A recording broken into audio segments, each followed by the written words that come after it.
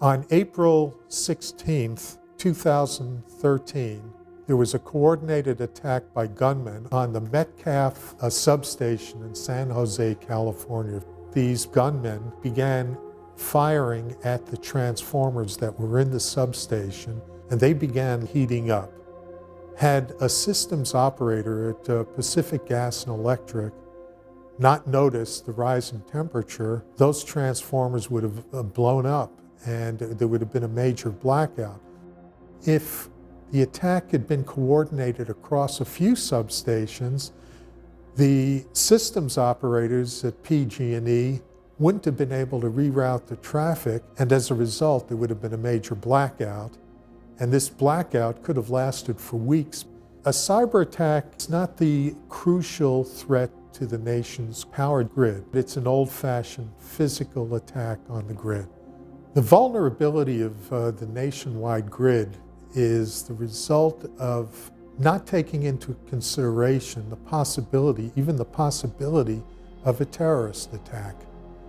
And not only that, the grid changed over time. In the early 20th century, power was located next to customers, but it was learned early on that there were economies of scale in building power plants. In other words, larger plants could generate electricity cheaper. So for those two reasons, large power plants were built.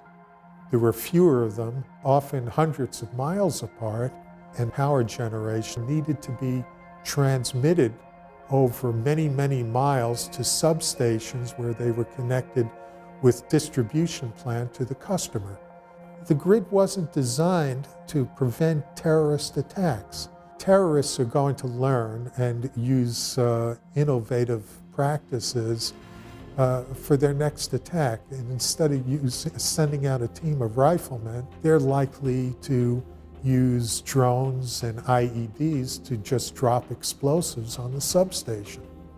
There needs to be a coordinated strategy, and the only reasonable long-term solution to minimizing the threat of a terrorist attack is to disperse power generation.